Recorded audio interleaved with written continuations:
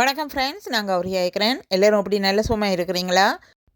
கௌரி கிச்சனில் நாங்கள் இன்று பார்க்க போவது குலை சாதம், மிரக்கரி சாதம் ஓர் வெஜிடேபிள் மிக்ஸ்ட் ரைஸ்.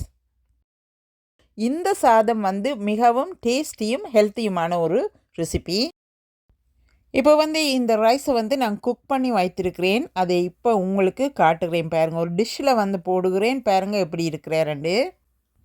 டியூஸ்டே அல்லது ஃப்ரைடேஸில் இப்படியான ரெசிபி நான் குக் பண்ணுவேன். இப்போது அந்த சாதத்துக்கு முருக்கமிலை பப்படமும் பொரித்து வைத்துள்ளேன். பாருங்கள் எப்படி இருக்கிறாருன்னு பார்க்கவே ஆசையாக இருக்கிறார். இந்த ரெசிப்பியை இப்போது எப்படி சமைப்பது என்பதை பார்ப்போம் வாங்க.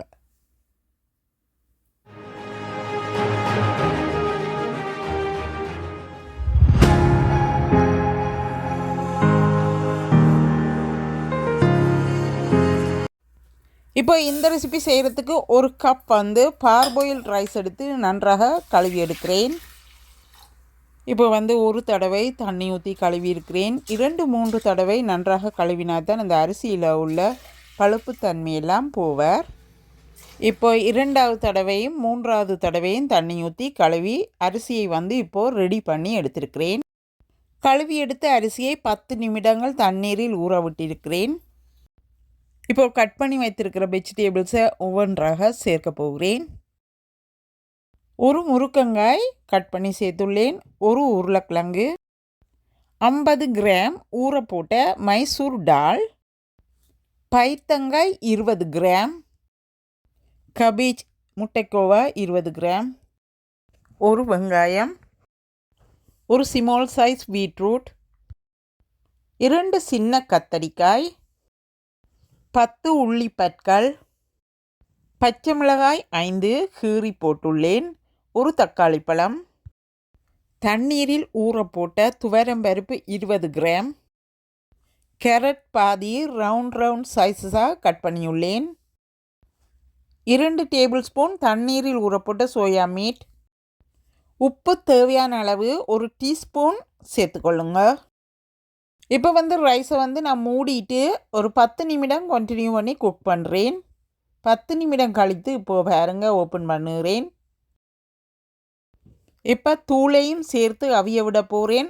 Sambar powder 1 table spoon, homemade கறி பவுடர் 1 டேபிள் ஸ்பூன், கடையில் வேண்டின கறி powder 1 table spoon, masala powder 1 table spoon, 1/2 teaspoon மஞ்சள் பவுடர், நெய் 1 டேபிள் ஸ்பூன். நெய் எடுத்த கரண்டியாலே அப்படியே ரைஸை மிக்ஸ் பண்ணுகிறேன். அப்போ தான் அந்த நெய் கரண்டியில் இருந்து கலண்டு போவார் உள்ளுக்கு.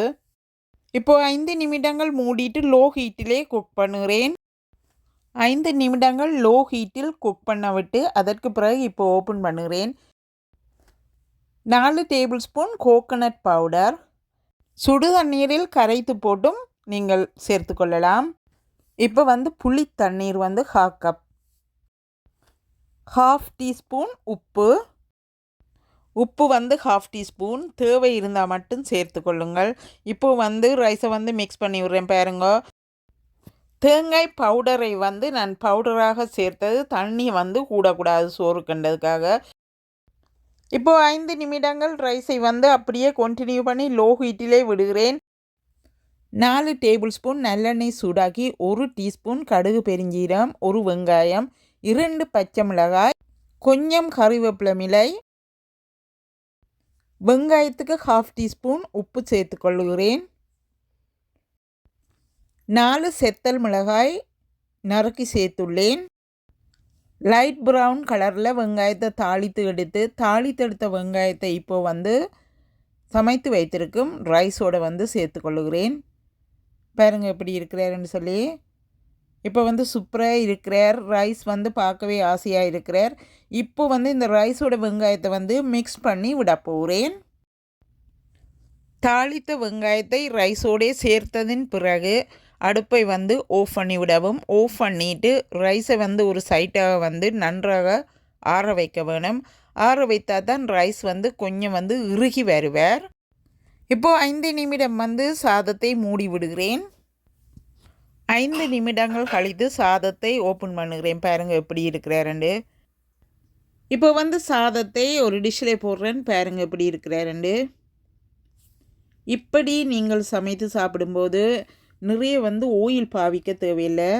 டேஸ்ட்டும் வந்து நிறைய கூடுதலாக இருப்பார். எல்லா வெஜிடபிள்ஸும் நீங்கள் சேர்த்து சமைக்கும்போது அதோட வந்து ஹெல்த்துக்கும் வந்து நிறைய வந்து பெனிஃபிட் இருக்குது. நீங்கள் செப்ரேட்டாக எல்லா வெஜிடபிளையும் சமைச்சு சாப்பிடும்போது அது வந்து நீங்கள் நிறைய ஆயில்கள் எல்லாம் பாவிக்க வேண்டி வரும். இந்த ரைஸுக்கு வந்து முருக்கமில்லை பப்படமும் பொரித்திருக்கிறேன். பாருங்க ரைஸ் வந்து எப்படி இருக்கிறாருண்டு, அந்த மாதிரி சூப்பராக இருக்கிறார் பாருங்க. இப்படி சமைக்கும்போது நீங்கள் நிறைய ஆயில் வந்து பாவிக்க தேவையில்லை.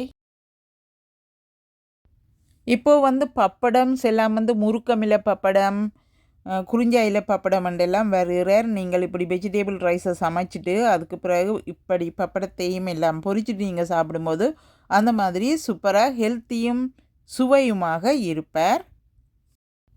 இந்த ரெசிபி உங்களுக்கு பிடித்திருந்தால் இந்த ரெசிபிக்கு ஒரு லைக் பண்ணுங்கள். மற்றவர்கள் பார்க்குறதுக்கு ஷேர் பண்ணிவிடுங்க. புதிதாக வந்து பார்க்குற நேர்கள் வந்து சப்ஸ்கிரைப் பண்ணுங்கள். இந்த வீடியோவிலிருந்து விடைபெற்றுக்கொண்டு இன்னும் ஒரு வீடியோவில் உங்கள் கூட இணைந்திருப்பேன். நன்றி, வணக்கம்.